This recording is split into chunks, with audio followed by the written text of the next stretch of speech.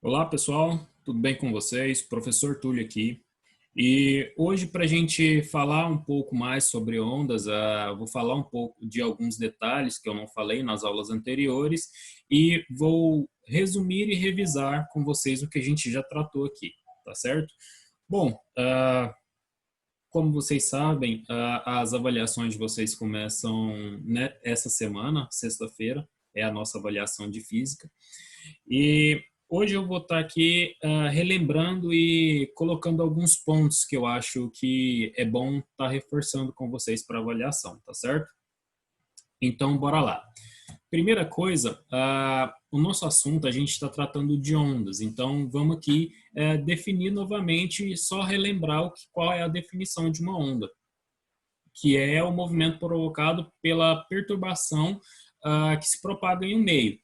E aqui nessa definição é importante que vocês tenham isso em mente. Numa onda, a gente tem o transporte de energia, sem haver transporte de matéria, no caso. A gente pode dar um exemplo aqui, que é colocar um barquinho num lago e jogar uma pedra. E essa pedra vai produzir algumas ondas e então o barquinho ele vai subir, vai descer, mas sem se movimentar. Ele vai continuar no mesmo lugar, na mesma posição. Só que pelas ondas provocadas pela pedra que a gente jogou, ele vai sofrer algumas oscilações. Ele vai subir e vai descer algumas vezes, tá certo? Então, numa onda, há transporte de energia sem haver transporte de matéria, tá certo?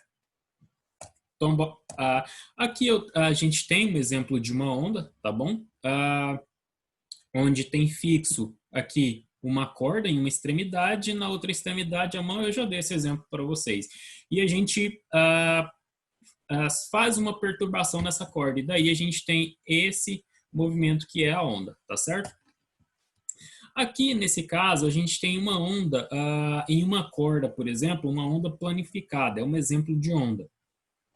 E aqui eu quero definir alguns nomes que a gente dá para nessa onda, por exemplo.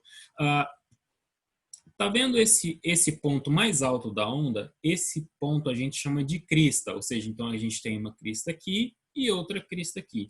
O ponto mais baixo da onda, a gente vem aqui, tem o ponto mais baixo, a gente chama de vale. Essa altura aqui do eixo médio até a crista, a gente chama de amplitude, essa altura aqui, tá certo?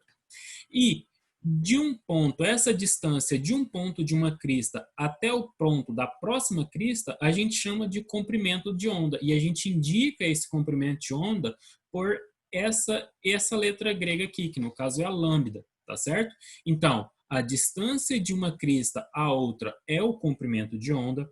A distância do eixo médio, essa altura aqui é chamada de amplitude, e o ponto mais baixo de uma onda é chamado de vale, tá bom? Uma outra coisa que a gente pode falar nessa situação também é do período de uma onda. Bom, o que é um período? O período é o tempo que leva até a gente produzir uma perturbação completa, ou seja, a gente inicia o tempo marcando o tempo aqui e vem toque, toque, toque, toque, toque, toque, toque, toque, toque, toque, tempo. Aqui, isso é um período, é o tempo necessário para se produzir uma perturbação completa, tá certo? Então, esse é o período. Bom, após falar do período, nós podemos também falar de frequência. Bom, mas o que é a frequência? A frequência é o número de oscilações em um determinado tempo. Por exemplo, vamos supor que isso daqui seja 5 minutos. Bom, olha só então. Nós temos aqui 1, 2, 3, 4, 5, 6, 7, 8, 9, 10, até aqui 11. Então, nós temos 11 oscilações num tempo de 5 segundos, por exemplo. Então, nesse caso, a frequência é o número de oscilações em um determinado tempo, em um determinado período, tá bom? Nesse caso aqui, ó, vamos supor que aqui tenha 5 segundos. Nesse eixo aqui, nós temos 5 segundos. Nesse outro eixo aqui, nós temos o mesmo tempo, também leva 5 segundos para percorrer todo esse eixo. Nesse caso aqui, ó, vocês podem ver que a gente tem mais cristas do que no caso de baixo. Isso acontece porque a gente tem mais oscilações aqui nesse gráfico de cima do que no de baixo. Aqui a gente tem uma maior frequência, porque nós temos um maior número de oscilações em um mesmo determinado de tempo, em um mesmo tempo que está aqui. Aqui a gente já tem um número de oscilações menor do que o que a gente tinha aqui em cima. Então, nesse caso, a frequência aqui no gráfico de baixo é mais baixa, e aqui no gráfico de cima nós temos uma maior frequência, tá certo? Isso por causa do número de oscilações. Então, novamente, lembrando, a frequência da onda é o número de oscilações num determinado tempo, tá certo? Bom, e aqui novamente, nós já falamos dessas situações, dos tipos de ondas. Nós temos as ondas mecânicas e as ondas eletromagnéticas. As ondas mecânicas, como a gente já viu, são ondas que necessitam de meios para se propagar. Por exemplo, o som é uma onda mecânica, vibrações causadas em superfícies líquidas são ondas mecânicas, a minha voz, a nossa voz é uma onda mecânica, ultrassons, terremotos são todos ondas mecânicas, tá certo? E essas necessitam de um meio para se propagar. Eu vou dar um exemplo para vocês. Se a gente estivesse no espaço e vamos supor que a gente conseguisse nos mantermos no espaço sem todo aquele aparato de astronauta e tal. E, por exemplo, alguém pronunciasse e falasse algumas coisas para outra pessoa. Essa outra pessoa não ia escutar, a palavra não ia chegar até ela, o som não chegaria até ela, porque o som é uma onda mecânica e necessita de um meio para se propagar. E a gente sabe que o vácuo do espaço é vazio, não tem matéria, tá certo? E por isso a outra pessoa não escutaria, tá bom? Já as ondas eletromagnéticas são ondas geradas por cargas elétricas e magnéticas oscilantes, e sua propagação não depende do meio em que se propagam.